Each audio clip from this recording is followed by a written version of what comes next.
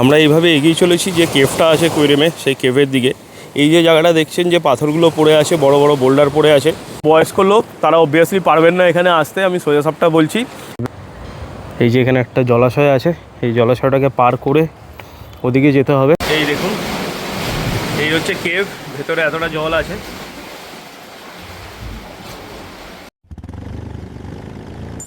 Today, we are going to Quarim Beach from Morjim Beach.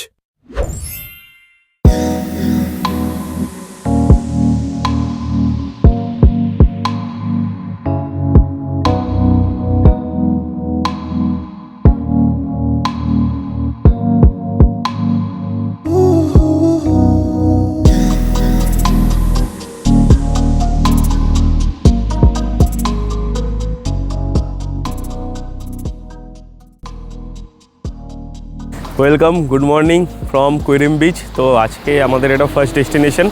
আমাদের আজকে বেরোতে একটু লেট হয়ে গেছে, 10টার দিকে বেরিয়েছি। তো বেরোনোর পরে অ্যাবাউট 20 কিলোমিটার্স ট্রাভেল করে আমরা চলে এসেছি একদম Northern part of the north Goa, যেটা হচ্ছে কুইরিম বিচ অথবা কেরি বিচ নামেও এটাকে পরিচিত। তো এই বিচটা বেশ ফাঁকা, সুন্দর, আর এখানে বলতে গেলে কোনো ইন্ডিয়ান ট্যুরিস্ট নেই, শুধু আমরাই দেখতে পাচ্ছি আমাদেরকে ট্যুরিস্ট হিসাবে। লোকাল কিছু লোকজন আছেন, বাট এর বাইরে এখানে বেশিরভাগই সব ফরেন ট্যুরিস্ট। এই বিচটা প্রচণ্ড জল, আর এখানে ঢেউয়ের স্রোতও বেশি। আপনারা এখানে স্নান করতে পারেন, সুইম করতে পারেন, লাইফ গার্ড আছে, কোনো সমস্যা নেই। তবে বেশি দূর যাবেন না যারা সুইম জানেন না, যাদের কনফিডেন্স কম বা ইনফ্যাক্ট ওভার কনফিডেন্স হয়েও বেশি দূর যাবেন না। তো এখানটা আরামসে সুইম করতে পারেন আপনারা। আর এই জায়গাটা তো অসাধারণ। জাস্ট আমি একটু যদি সাইডটা ঘুরিয়ে দেখাই, কি সুন্দর যে জায়গাটা, প্রতিটা দিকে প্রতিটা পরকে সৌন্দর্য লুকিয়ে আছে। তো এই জিনিসটার সবথেকে একটা বড় ব্যাপার যেটা, সেটা হচ্ছে এখানে একটা হিডেন কেভ আছে। যেই হিডেন কেভটা খবর হয়তো সবাই জানে না, ইনফ্যাক্ট এই বিচটার খবরই সবাই জানে না। তো এই হিডেন কেভটায় যেতে গেলে আপনাদেরকে এখান থেকে খানিকটা ট্রাভেল করে পায়ে হেঁটে যেতে হবে। আর একটা যেটা ব্যাপার, সেটা হচ্ছে অবভিয়াসলি অলওয়েজ লো টাইড যখন থাকবে সেই সময় শুধুমাত্র যাবেন হিডেন কেভে, অন্য সময় যাওয়া যাবে না, অন্য সময় কেভটা বন্ধ থাকে। তো আপনারা একটুখানি ঘড়িতে টাইমটা দেখে নেবেন যে কোন সময় লো টাইড চলছে, সেই সময় কেভটাতে যাওয়ার টার্গেট করবেন, সেইভাবে টাইমটাকে অ্যাডজাস্ট করবেন। তো কেভে যাওয়ার জন্য আপনাদেরকে রাস্তাটা বলে দিই, সেটা হচ্ছে এইখানে আমি দাঁড়িয়ে আছি, আমি ঠিক ওই দিকটা থেকে এসেছি। কুইরিমের যে রাস্তাটা ঢুকে গেছে, সেই রাস্তাটা দিয়ে এলে একদম যে সোজা জায়গাটা পড়ছে, সেই জায়গাটাতে প্রচুর বোল্ডার ফেলা আছে।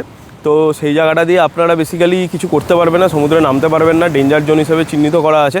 তো ওইখান থেকে একটা রাস্তা, একদম মাটির রাস্তা, জাস্ট বাদিকে চলে আসছে, মানে ঢুকে জাস্ট বাদিকে একটা মাটির রাস্তা, ওই মাটির রাস্তা বরাবর একদম জাস্ট স্ট্রেট চলে এলে যেমন গেছে একটা মন্দির পড়বে, ঠিক মন্দিরটা ওখানে বাইকটা রেখে পায়ে হেঁটে যদি আপনি চলে আসেন, আপনি এই বিচটাতে চলে আসতে পারবেন। আর এই বিচটা থেকে যদি আপনি উল্টো দিকে চলে যান, মানে ডান দিকে চলে যান, ঠিক ওই যে দূরে পাহাড়টা দেখতে পাচ্ছেন, ওই দূরের পাহাড়টা ওই দিকটাতেই আছে কুইরিম কেভ। ওইখানে একটা পতাকা ঝুলছে, লাল পতাকা, ওইখানটা দিয়েই আপনি কুইরিম কেভটা পেয়ে যাবেন। তো এই হচ্ছে মোটামুটি এই জায়গাকার গল্প। তো আমরা যাব কেভের ভেতরে এবং আপনাদেরকে দেখাবো যে কেভটা কীরকম। যদি হ্যাঁ, আমি জানি না ওখানে জল কতটা আছে, ঘড়ির টাইম অনুযায়ী তো বলছে ওখানে লো টাইড থাকার কথা, জল বেশি থাকার কথা না, কিন্তু আমরা এসে বুঝতে পারবো, জিনিসটা গেলে বুঝতে পারবো যে কেমন রয়েছে জল। আমরা এইভাবে এগিয়ে চলেছি যে কেভটা আছে কুইরিমে, সেই কেভের দিকে। এই যে জায়গাটা দেখছেন যে পাথরগুলো পড়ে আছে, বড় বড় বোল্ডার পড়ে আছে, ঠিক এই জায়গাটা দিয়ে আপনাকে এন্ট্রি নিতে হবে। এন্ট্রি নিলে আপনি সেই কেভের দিকে চলে যেতে পারবেন। এই যে এখানে লেখা আছে no selfie zone, danger etcetera. তো খুব সাবধানে যেতে হবে এই জায়গাটা দিয়ে আপনাকে।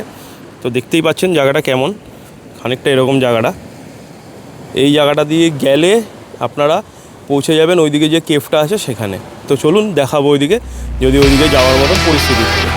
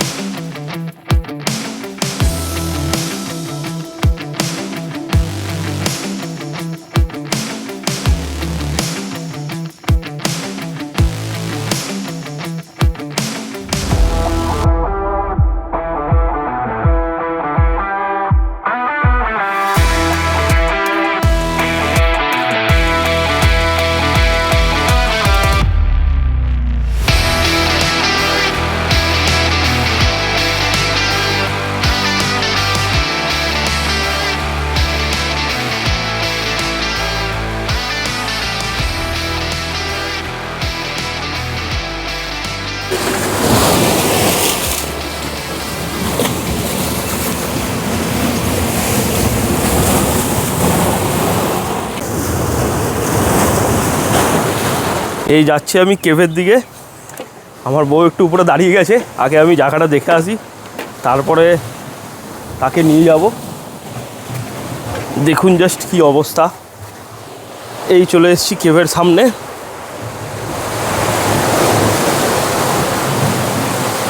কেভটাতে যা দেখছি জল কম,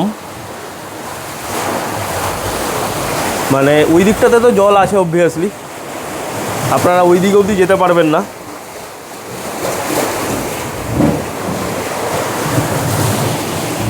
আমি একটা সেকেন্ডারি ফোন আছে, ওই ফোনটাতে একটা ভিডিও করে দেখাচ্ছি।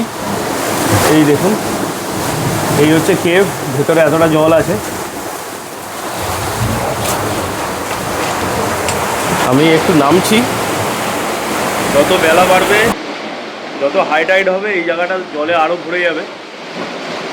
জায়গাটা বেশ সুন্দর, আনএক্সপ্লোর জায়গা, খুব বেশি লোক জানে না এটার ব্যাপারে।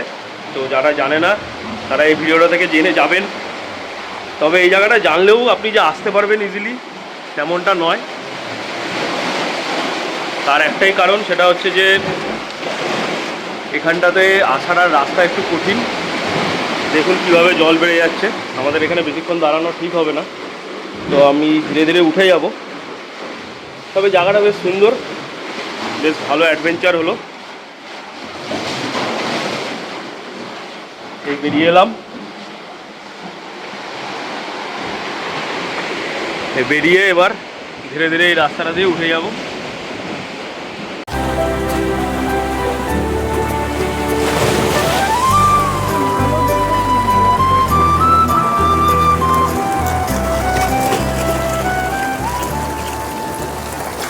তো আমি এই জাস্ট দেখে এলাম এই কেভটা। কেভের একটা ফুটেজ আপনাদেরকে তো দেখাচ্ছি, যেটা আমি নিয়েছি। জানি না সেখানে অডিওটা কত ভালো এসছে। কেভটা খুব সুন্দর, যাওয়ার রাস্তাটা ততটাই কঠিন। তো যারা বয়স্ক লোক তারা অবভিয়াসলি পারবেন না এখানে আসতে, আমি সোজা সাপটা বলছি। আর যারা মধ্যবয়স্ক, অল্প বয়স্ক, তারা তো আসতেই পারেন। একটু লেত্রে কেত্রে হোক, যেভাবে হোক আপনারা চলে আসতে পারবেন। আসলে 2টোর আগে আসবেন, তাহলে কেভটা দেখতে পারবেন। 2টোর পরে হয়ে গেলে এখানে জল বেড়ে যায়, কেভটা জাস্ট বন্ধ হয়ে যায়। আমি যখন গেছিলাম তখনও জল অনেকটাই ছিল, যার জন্য হেঁটে জাস্ট সামনে অবধি যে আসাটা ওই ব্যাপারটা হয়নি, কিন্তু স্টিল আমি বেশ খানিকটা পর্যন্ত গেছিলাম।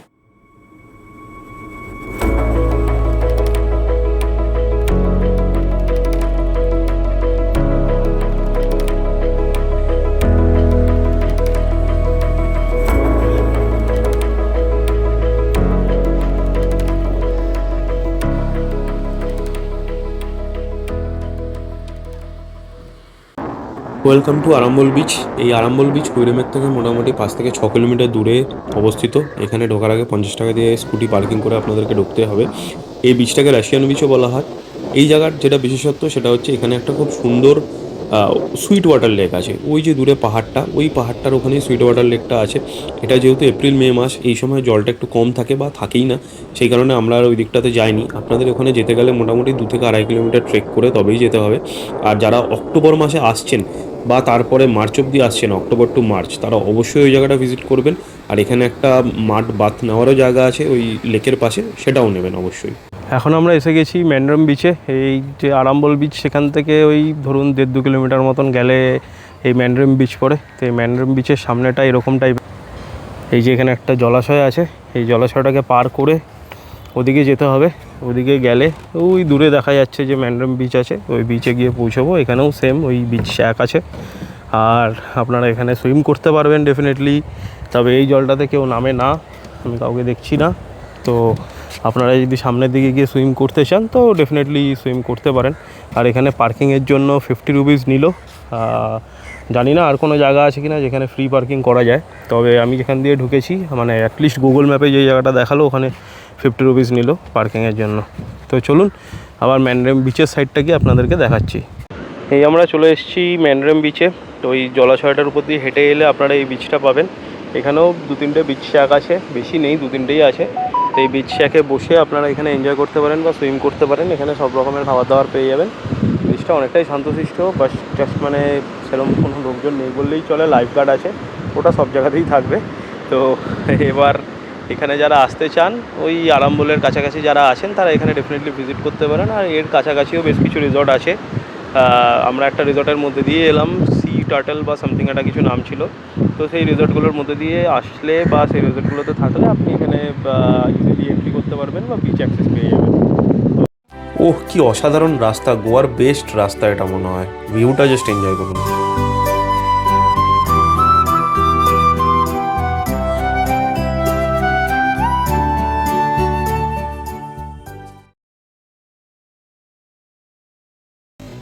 আমরা চলে এসেছি এখন সিং বিচ রেস্টুরেন্টে। আমাদের হোটেল থেকে মাত্র 200 মিটারের মধ্যে এই রেস্টুরেন্টটা আছে।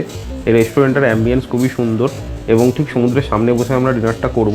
এটা ছাড়াও এখানে আছে টমেটোস, যারা চাইছেন একটুখানি পার্টি ভাইব এনজয় করতে তারা টমেটোসও যেতে পারেন। তো এই ভিডিওটা আমরা এখানেই কমপ্লিট করব। এরপরে আমরা চলে যাব হোটেলে খাওয়া দাওয়া করে।